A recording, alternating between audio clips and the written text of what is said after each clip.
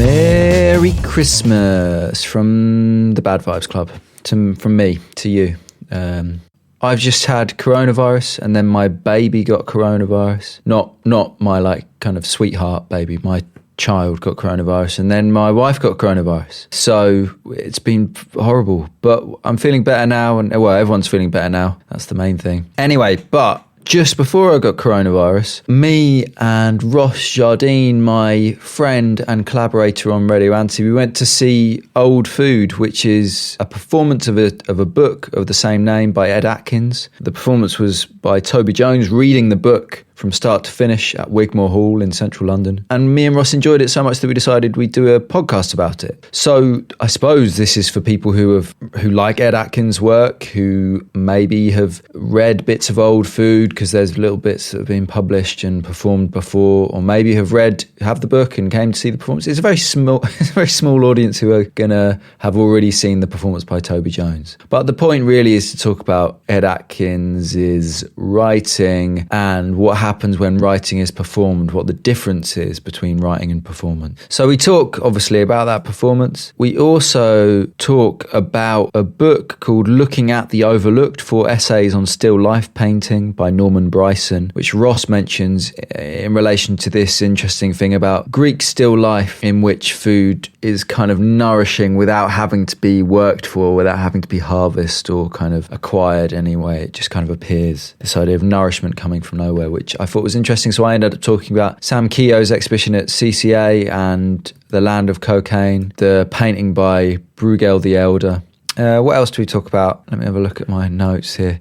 Oh, we also talk about the Hungarian English novelist called David Soloy and his appreciation of the kind of quotidian aspects of lower middle class grinding mediocrity. And then we end up talking about Matthew Barney and his long films, particularly River of Fundament and his latest one, which is called Read Out. And then I start going off about performance and Rosalie Goldberg's histories of performance, particularly her book, which was originally called Performance from 1909 to the Present.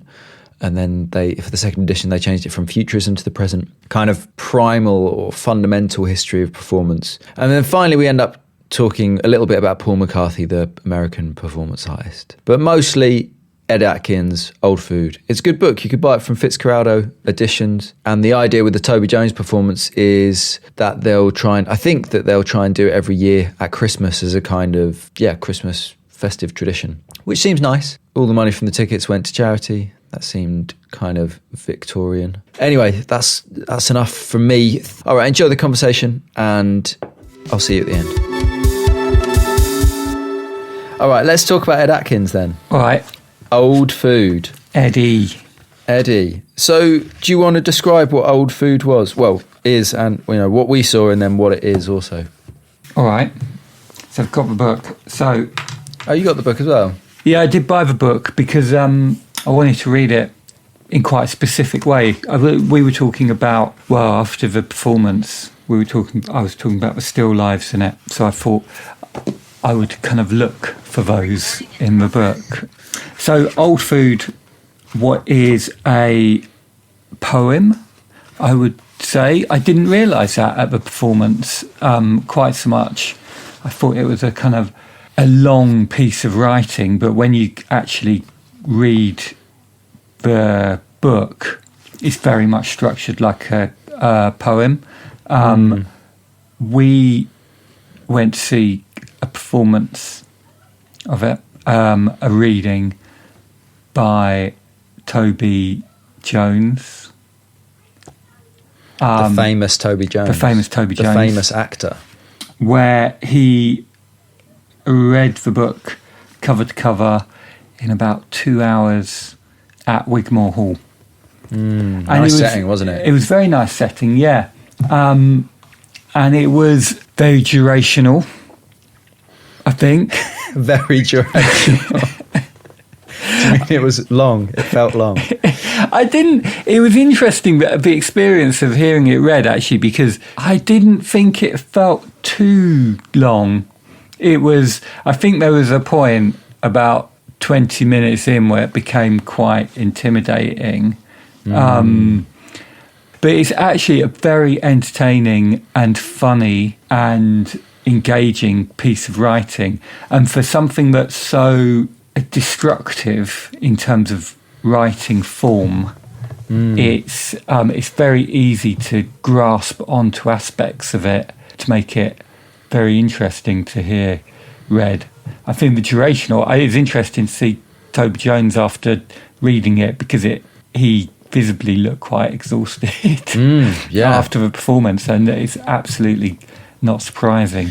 I saw some review, because this is the second time they've done it, and they first did it in 2019, and I just noted in some of the reviews they mention, firstly they split it into two parts. There was an interval, and secondly they mention something like only stopping to drink for water, and he didn't. As far as I saw, he didn't even stop to drink water. He did not, no, he didn't. Stop to drink water. Yeah, it was quite when you say very durational, I really agree with that phrasing, in the sense of performance art, of it being like part of this is about the duration. And we are not going to split it into two parts and give you an interval. And he's going to have some water, but he's going to try not to drink it. I'm not sure if that was a direction or just something that Toby Jones kind of vibed after having read it once. But what was weird was the mixture, and what I really enjoyed was the mixture of British, I'm going to just say all these words, the key words, like lovey, acted, like character actor, musical, pantomime, actory stuff. Like he really acted it. Like when you look at the text, a lot of the stuff that got laughs is funny in the text, but it was funny in a very like different, much more like theatre-y way when Toby Jones read it out. And then this other thing of like performance art, concrete poetry, endurance, duration, like this other kind of much more hard line, strict performance stuff. It was a really strange and quite beguiling mix, I think, of that stuff. I think that reflects the text as well. I think when you read as a kind of read text, there's this balance of quite difficult nonsense to read, or the more sort of concrete poetry aspects of it. But then just when you think, as someone that doesn't read difficult poetry very much, at moments where you might get lost, it suddenly kind of slips back into very familiar flavours of crisp or halloumi, or things that you instantly recognise, which I think what I was saying about it just hooks you in all the time. And what were you were saying you bought the book to do a very specific reading of it. What was that? Well, I just wanted to go through, because when Toby Jones read it, I mean, as background, the book is about food, as the title suggests. And there are moments in the performance where Toby Jones read kind of lists of food.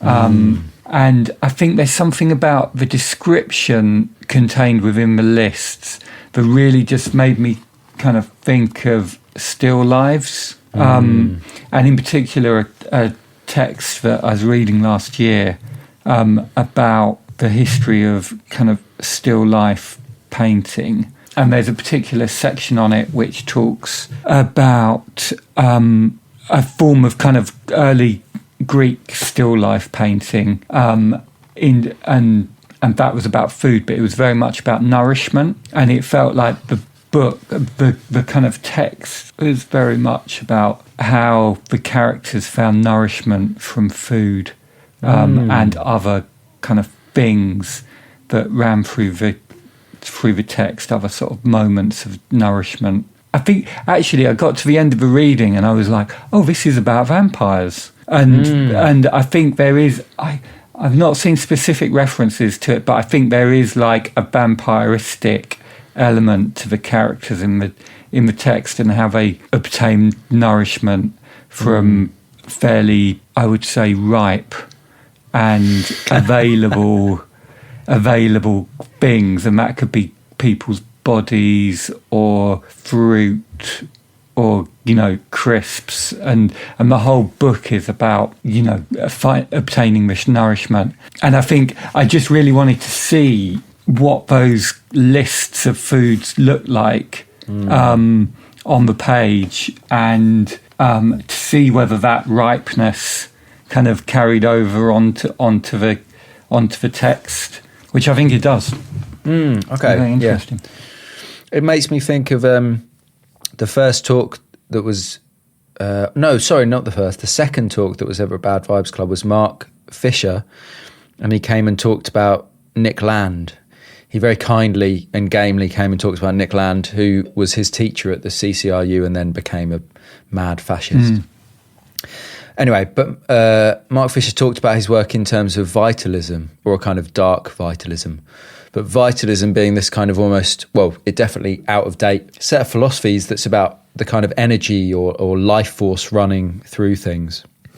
And in Old Food, in the text of Old Food and in the reading, this life force kind of comes from everywhere, which is interesting what you say about vampires, because it comes from as much from like the brand names of Blue Nun and whatever it is, a certain brand of yogurt or whatever it is, as it does from the food itself. And like you say, like these things in which once you go back to the text, you realise some of what's in those lists are nonsense words, but because they're within the framing device of being eaten, then they just sound like foods, or they kind of complement the notion of food. But nourishment's interesting. Yeah, that's interesting. What's this? Can you talk more about this kind of Greek form of still life that's about nourishment? Yeah. So hang on, it's an interesting text because I'm just going to pull it up, and I thought it was particularly interesting in this to relate to this because it's about nourishment and labour.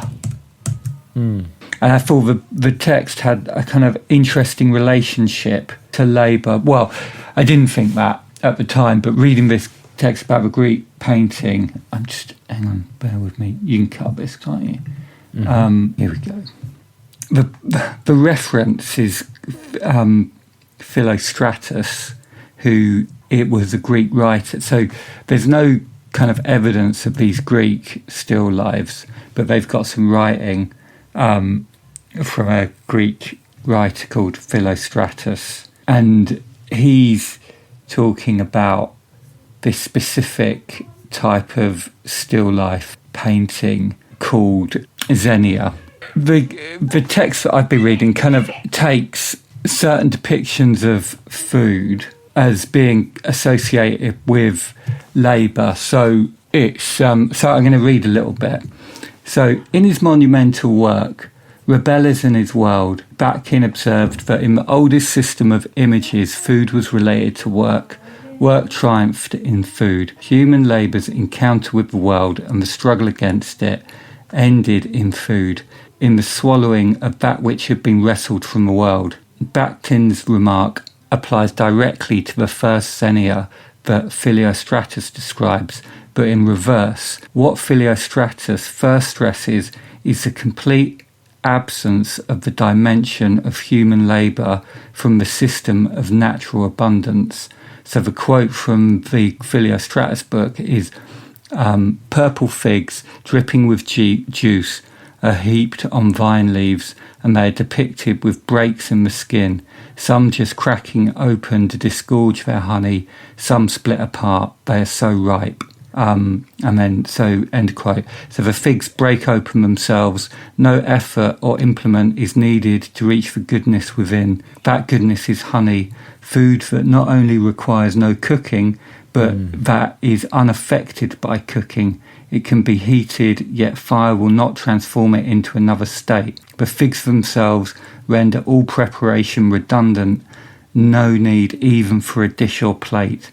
The vine leaf is enough to serve them. And I just thought that was really interesting in the old food text because there is very little preparation of food. Everything is available and comes, that nourishment is kind of already there, and they're just kind of eating it. Like it's really funny because the one kind of example of when they do describe some sort of cooking or preparation is the description of the. There's a very long description of a barbecue. Oh, is there? And it's it's over a page. It's like a shitty student barbecue almost. Yeah, the barbecue we had was orange and was one of those gas powered ones, but you had to use a long special match.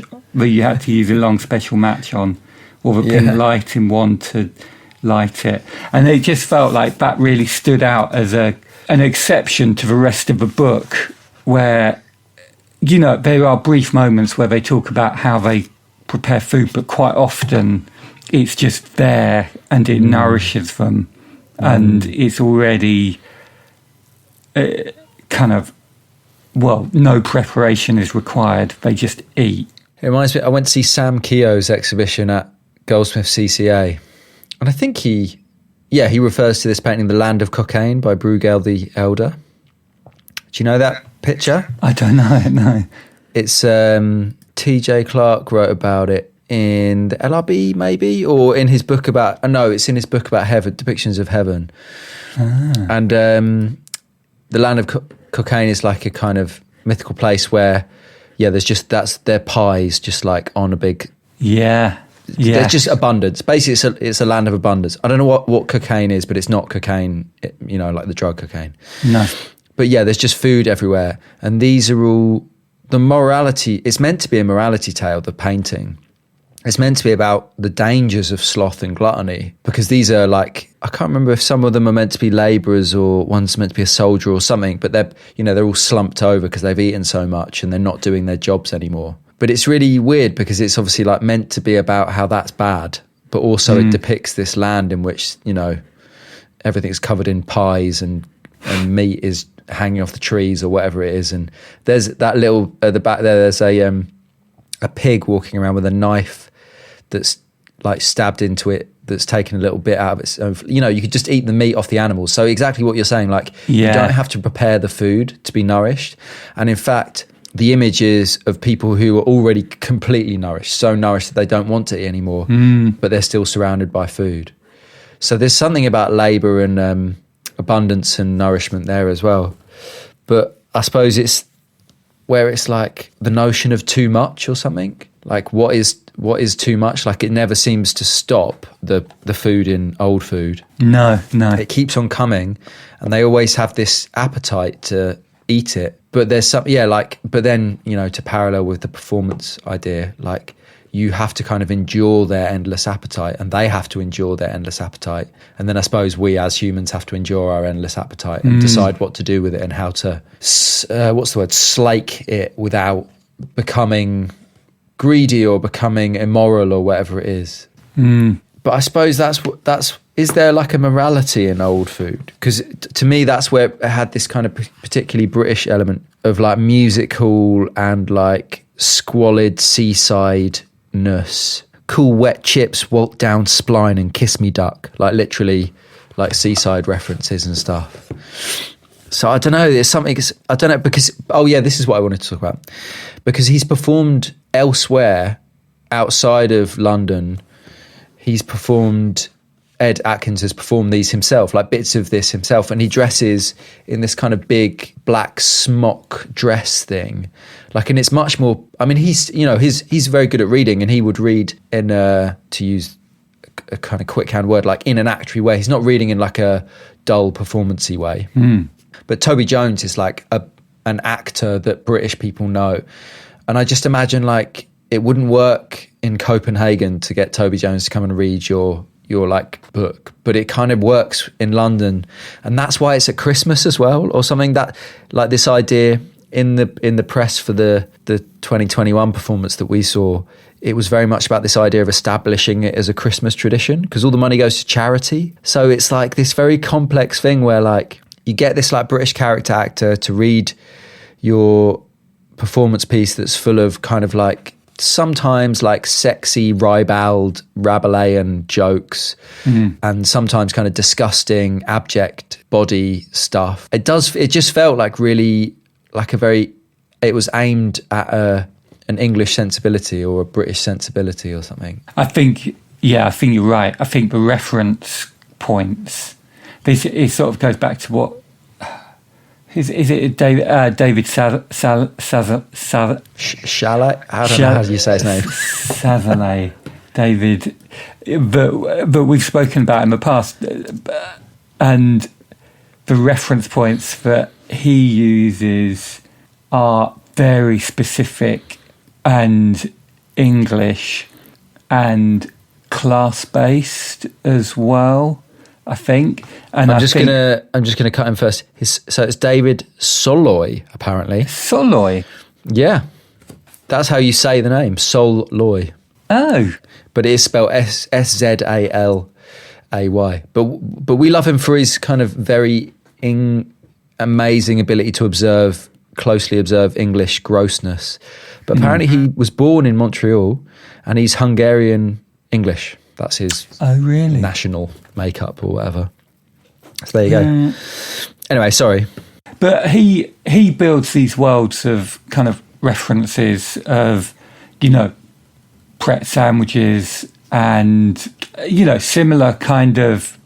similar references of Tesco Metros. Yeah, Young's pubs and like commuter trains and packet sandwiches. Yeah, exactly. And so clever because it's not Weatherspoon's pubs, it's Young's pubs. That's, there's like a depth to that cut. Observation. It's a deep cut. Young's pubs. Yeah. And I think it's a very particular, because it's not just Englishness, is it? It's a very particular Englishness, or a very particular kind of, it's a working Englishness of, it's almost, it's class-based, but it's in the bit of Englishness that isn't really a class anymore something. Yeah. I mean, I'd say David Soloy is definitely, there's a particular classes maybe I think class is right for his work of like just the shitty like lower middle classes, right? The like shitty jobs that mean that you live outside of the city and you have to commute, like a very particular economic range. Whereas I think old food is like there's something nostalgic about it, like knowingly, but yeah, this idea that we all go to the pantomime at Christmas or something, which kind of is and isn't true or something like, but I don't know, we all watched Monty Python, or we all watched Fawlty Towers or something.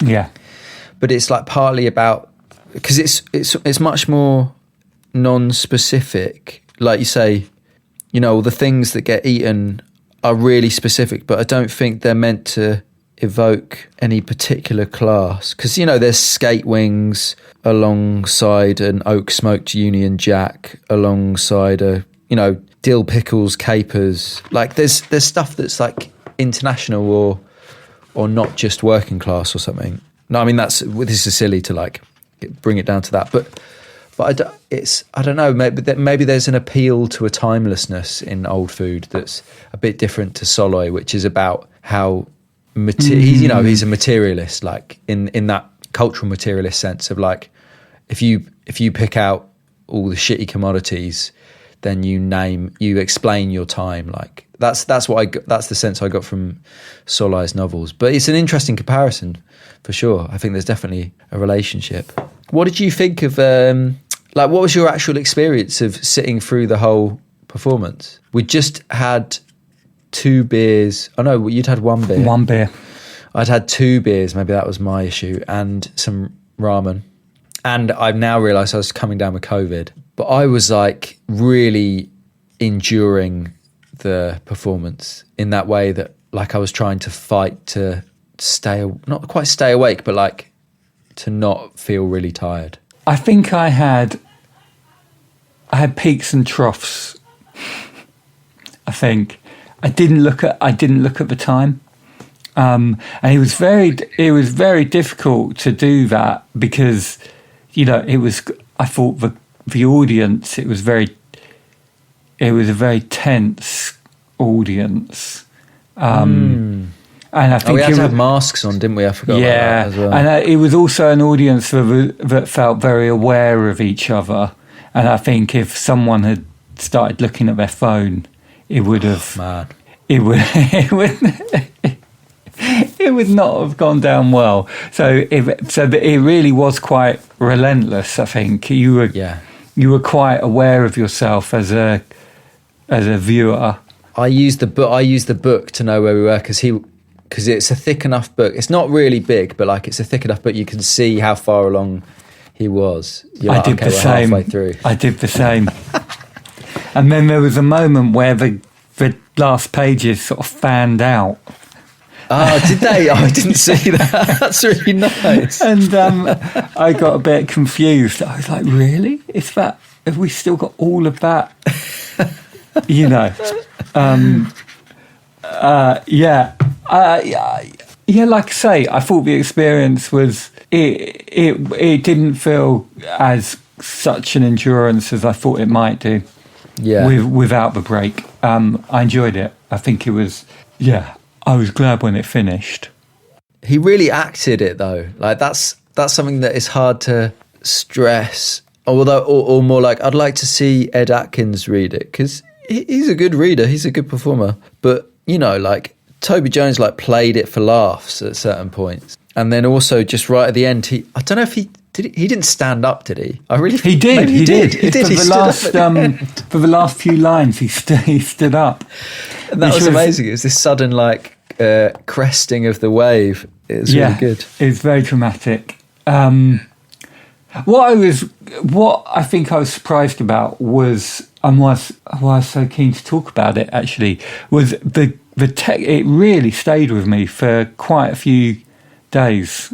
You know, when you see something like a film that really affects you or something, and it kind of it lingers with you a little bit. And I really felt that from it. I think for something that is so abstract in form, there's something about how the text builds characters and place really quite strongly, which is really surprising because I didn't feel that at the reading, but there's just something about how it dwelled afterwards. Maybe because I carried on thinking about it because I knew we were going to record this, and I still do find it quite a sort of affecting text. Actually, there's something about that nostalgia and the place. There's a kind of yearning for that rural idyll that it kind of, and abundance that it describes. Like there's something quite fundamental about that, certainly, that dwells within me or something. And I think that's what I was trying to get at with this like nostalgic thing, where it's almost like he's describing not a class but a time, and the time was a time when you were either going to drink and eat together with your friends or be beaten up, like you were all hanging out on an edgelands near an industrial estate having a barbecue, rather than you're in your back garden having a barbecue or something. I don't know. And now you can look back and describe it. You know, you weren't beaten up, or you choose to not tell that story, and you choose instead to talk about the food that you all ate, the crisps and the bread and the, you know, various pastes or whatever, Panda Pops. Yeah, it's very particular. There's something about like having got the book. As soon as I opened the book, I was like, oh yeah, this is not a book that I would sit and read. Like I probably will now because I've decided to spend time with this work. But it's like buying that ticket to go and see the performance was like unlocking a kind of enduring affection for the work simply by turning up and sitting there for 2 hours. And now I will remember it or something. Yeah. And I don't know if that's purely in the ticket. It's, you know, purely in the act of deciding to spend time with something, or if it was, I think it's in the work as well. Because I went to see in 2014, maybe I was still just being a twat at that point about art, but like I went to see Matthew Barney's, probably was. What was the film? The River of Fundament. It's very long. It's like 6 hours long or something. And I like left after the first interval. And I remember Lucy Beach was like incomprehending about the fact that I left after the first interval. And that was when I realised that some artists take art seriously. Which is like, that's partly my reckoning in the PhD, is realising that I'm allowed to, like, I can enjoy art and I can really spend time with it and not just dismiss it all the time. But also I wonder whether with Barney, like there's lots I do love about Barney. I watched his recent film and really enjoyed it, but it's very, very serious and it's very self-serious as well. It is funny and, you can do a non-serious enjoyment of it and it's not a disservice, but 6 hours of trying to find the humour in a quite airless film. Maybe I need to go back and rewatch River of Fundament, but I don't know. Like some endurances they don't do the same thing. Whereas, spending time with this text through Toby Jones' performance of it really has given me like a deep kind of affection for it, where I'm taking it seriously as a piece of art and also enjoying it tremendously. And that isn't always the case, but there is something about the fact that you decide to give your attention to it that does that, or something that unlocks something. Yeah, I agree. You can cut that. I don't really have a response. I think, yeah. What are the other long things that you like? There can't be that many because you can't do it. You can't give 2-hour things much attention, or like very long poems much attention, because they demand loads of attention or no attention. You can't give it a bit of attention and get the gist or whatever. I watched 2 hours of that River of Fundament film, and that isn't really enough. Like, if you're going to watch a 6-hour film and you watch 2 hours of it, it doesn't work, does it? Whereas like a shorter form, you can just be like, oh yeah, I went to see that show and walked around it for half an hour and I kind of got the vibe of the paintings or whatever. No, you're right. But do you think that's about the book, the relationship between the performance and the book, having the book to take away? Because I think you're right. I wonder what I wondered about when I was reading the book, whether I would have found it so, or as accessible as I do now and as readable without the performance. What you've just said, basically. I think the performance provides that access point into the book and makes it more readable. Because I read, I'm a slow reader and I read half of it last night and really enjoyed it for an hour. But I do wonder whether someone had given it to me, how far I would have got into the book. Maybe, I do really like books that have these sort of reference points in. So I think, and find it really interesting and satisfying. So maybe it would have done. But I think the difference is that I'll just read a little bit. Perrian sardines used to be taken beside a heavily spidered wall abutted by tracts of barren zilch. Barren zilch was silted and jewelled in the gullies with a gravel of pink cochineal husks. Now, if I read that, I would start to lose attention or focus on it because of the non sequiturs or kind of nonsensical thing. Barren zilch, like I kind of get it, but it's also like a purposely florid bit of poetic language. But when Toby Jones read it, it kind of put it together as though it were a narrative or a story, or like he did that extra job of like, oh, you could pretend this all made sense for a second, and then it would get you through to the next bit about, something else that's fun to think about. I don't know. That's the only thing I could think. That's the only thing I could. But there is something. I wonder whether there's something that you don't have to give very much to the text, which is very enjoyable. It's like to kind of extend the thought. It is there for you, ready to nourish you, and is very ripe. Like you don't have to.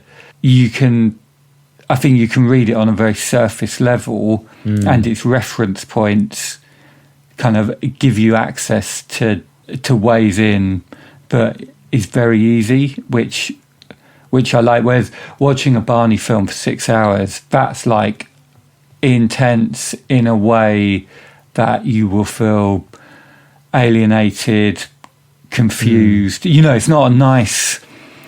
It's probably a good experience, but it's not an experience that makes you feel good about yourself. I wonder if it's not. There's a discipline to it, yeah. and it's one that you get through the end. Huh? And sorry, one sec. Yeah, we are. What are you going to say? Hang on. Baby duties.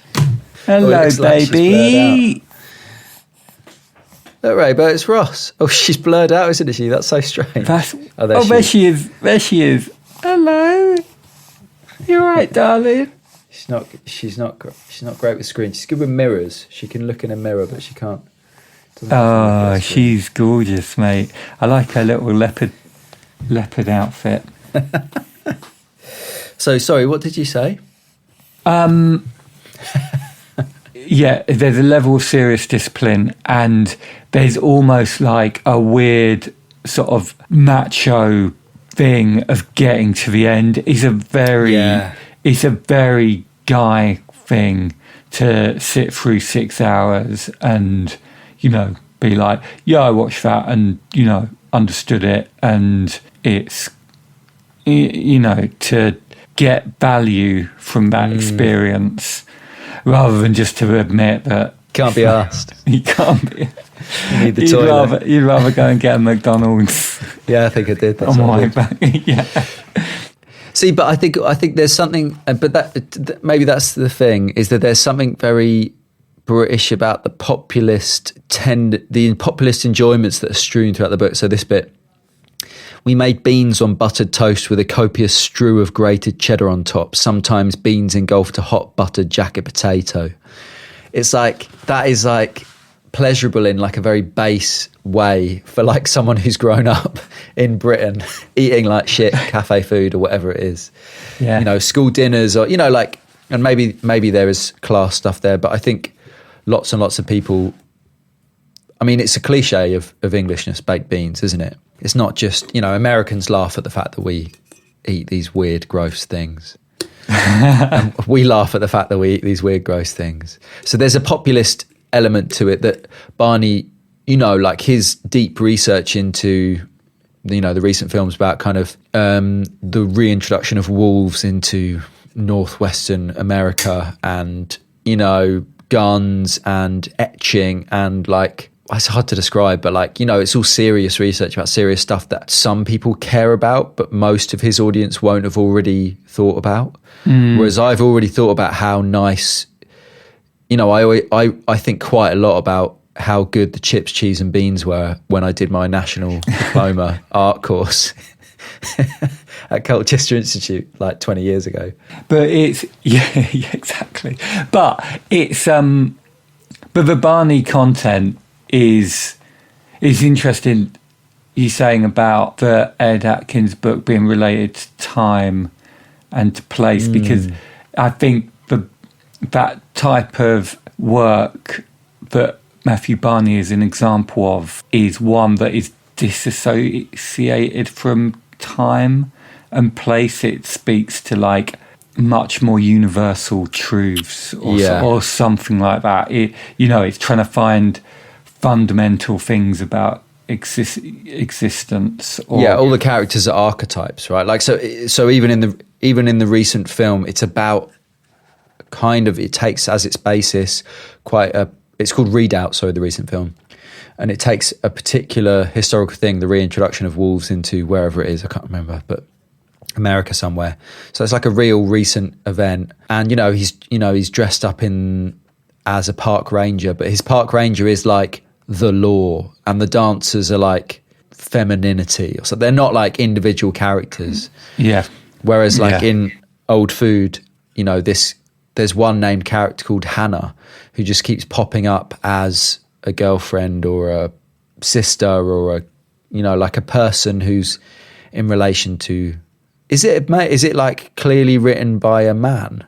Old Food, like it's performed by a man, and it is obviously written by a man. But is there like a gendered masculinity to the?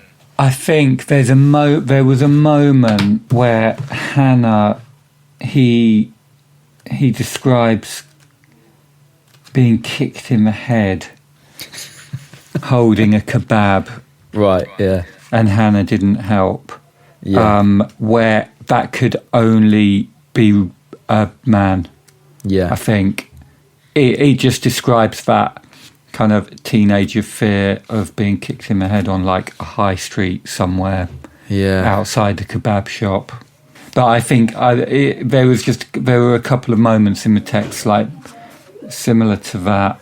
Oh, there you go. Dear Hannah, thank you for saying your tremendous nothing and doing nothing. Thank you so much for absenting yourself entirely. Thank you for not raising a finger to halt the head kicking. Me somehow still clutching a shawarma. It's really nice.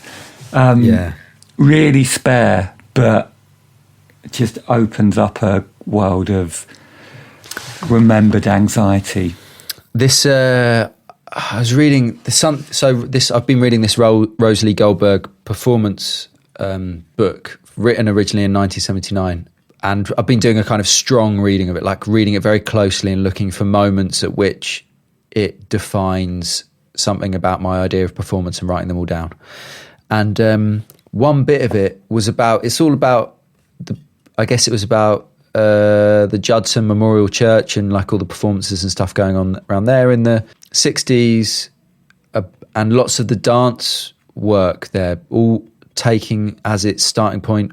Oh, actually, and also Bauhaus dance stuff as well, taking as its starting point everyday gesture, kind of like banal everyday actions, like whatever, brushing your teeth or walking, or like how they can become dance to. And something really struck me, which was the idea that gesture of those kinds is like a way into abstraction that's different from, it's like an immanent form of abstraction. So instead of like going beyond the human and going to like, I don't know, like, you know, planes of colour or pure forms or lines of being a kind of abstraction, like noticing that movement when you brush your teeth or something is like, if you just stop thinking about it as brushing your teeth, you've abstracted it, you've kind of turned it into something that could be moved around and reperformed or whatever. Like that really struck me as like, oh yeah, that's why I'm interested in the quotidian and the everyday. And it's not like, obviously there's nostalgia and there's specific referencing, but also you can use it as a form of abstraction. If you list every meal you've ever eaten, or if you think about all the brand names of the foods, you know, like that's a way into abstraction that is, I don't know, like a materialist abstraction or something like that. And I keep thinking about it, and it's the only bit of the book, you know, that book has defined my entire canon of performance, and it's the first art history of performance and stuff. But there's only a few bits of it that are like still incredibly striking. All of the other stuff is like stuff that I'd kind of already must have unconsciously accepted as what I thought about performance or what I thought about the development of art in the 20th century. But that bit really struck me as a new, like, oh yeah, like I never thought about the fact that that's a way to abstraction, not just a reveling in the kind of detritus of everyday life, but like a way through, or like immanent is the word that I was thinking. Those pieces that we spoke about before we started recording, so the Vito Conchi pieces where he's kind of stepping on a chair for several days. Is that what you mean by the kind of abstraction of movement? I can't remember what piece particularly struck me in a profound way, but yeah, all of those pieces, I guess that's why they were so exciting to me as a student or whatever, when I must have last looked at that book. I think we were talking about a step piece, weren't we, by Conchi, where he steps up and down on a stool. I can't remember. I think he does it until he can't do it anymore, and records how long he could do it every day. So there is there's other stuff going on there, which is about obsessive statistics or something, you know, using, or taylorization, you know, of the workplace or something like that. But yeah, in essence, the fact that he's taking this really, really boring movement, or like a movement that gets performed for utilitarian reasons all the time, and detaching it from its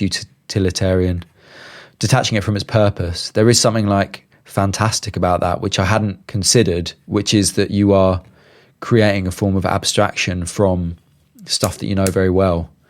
So it's a form of abstraction that isn't like, I guess the problem with people like Barney, or maybe like, to use a more obvious example, the problem with people like Barnett Newman or Mark Rothko or something is that they were trying to escape the human or transcend the human with abstraction, whereas perhaps there's a way of making abstract art that is like firmly within the body or something. And I hadn't thought about that before as the reason why lots of people are interested in the gummy materialism of everyday life. I wonder where do you think an artist like Paul McCarthy fits into that? Those kind of early video pieces that he did with food. The early ones, I think, are that. But then if you watch his more recent stuff, he is way more, maybe it's because he's getting old. He's very old now. But like, you know, there are the recent ones, he like really has got historical figures and stuff. And it's a form of American historical document or something he's making. You know, like he has someone dressed up as Trump and someone dressed up as Nancy Reagan. Oh, does he really? Yeah. I've not seen those. And so it's like a particular historical figure as an archetype, as like, you know, Trump is avarice or whatever it is, like Trump is gluttony or something, like in a very clear way where like that, once that's established, then it just goes back to Paul McCarthy, like everyone being gross to each other and it being really weird and kind of porny or something. I don't know, but his early ones where it's like, I mean, there's still an element in lots of things. And I think but the 60s and 70s stuff with all of these artists was, I think what was exciting about looking at it as a student or a young artist was the fact that it was so simple. And like you said in that conversation we heard earlier, you didn't have to do anything, right? You just had to, the job was the real hard work, according to a 19-year-old brain, is thinking of the thing. And then doing a thing, stepping up and down is really easy. I'll just step up and down, that's fine. You just have to think of the fact that stepping up and down could be interesting at all, and then you can be a really amazing artist. But there was a freedom in that. There was, but I think... As a 19-year-old. I found a bit of juvenilia recently, which I showed to my students, which was... I don't know who set us the task, but we were set like, we got the like project space for a week.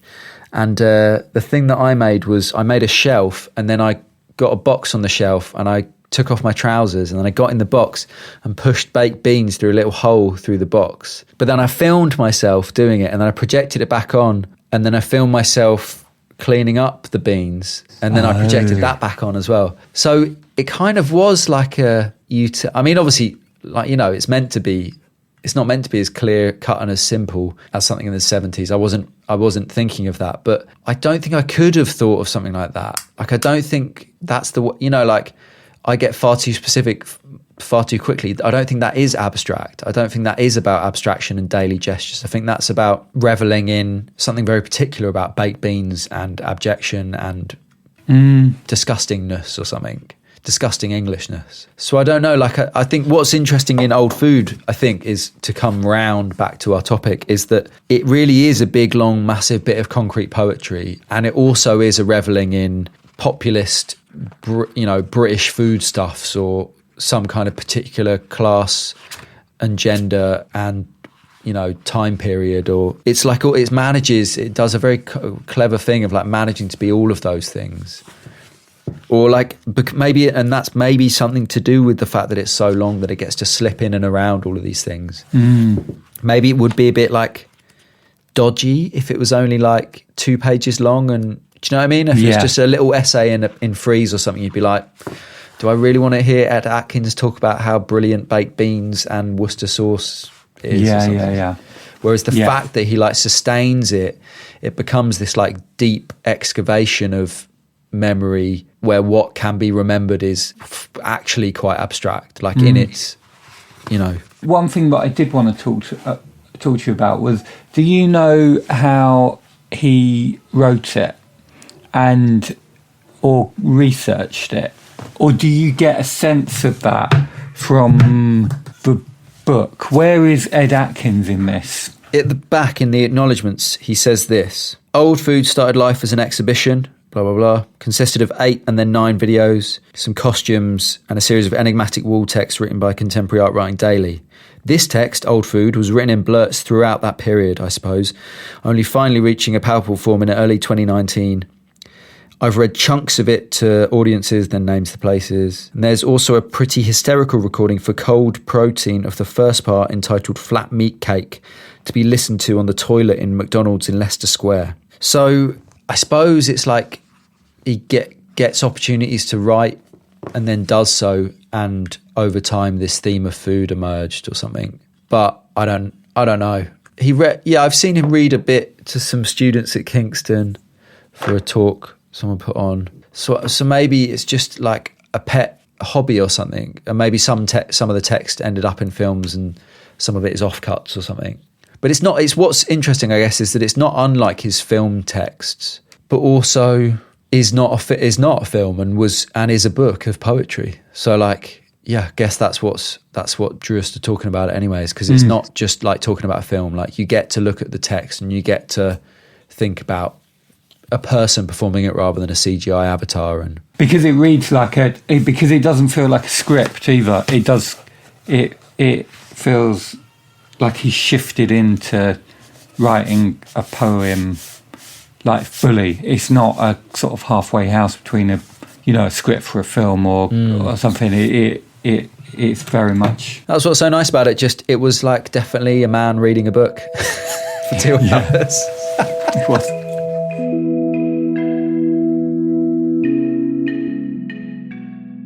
Thank you so much for listening. Thanks to Ross for speaking to me and coming to see Ed Atkins' Old Food. Thanks to coronavirus for ruining the next few weeks after that performance. And thanks to, modern healthcare for giving me the vaccine, which meant that I wasn't very ill. All right. Enjoy whatever you're doing till the end of the year, and I'll see you next year.